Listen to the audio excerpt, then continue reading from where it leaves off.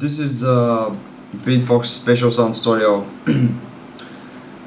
First of all, for the people who are telling me that they practice the sound a few days and they cannot get it right, it's a hard sound to master. It takes maybe at least, I think, a month at least.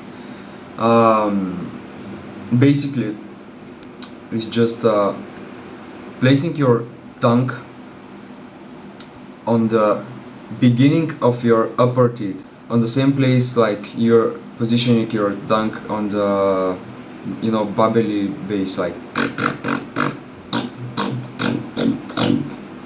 you position your tongue on the same place. The sound is not done by using air or pressure or something. You just have to use the strength of your tongue. That's it. Like you just press with your tongue against the beginning of your upper teeth. I mean the middle, in the middle. So you press your tongue right there.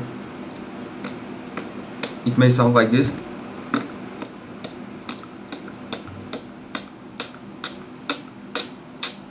But the more you practice it, the more you clean the sound. Like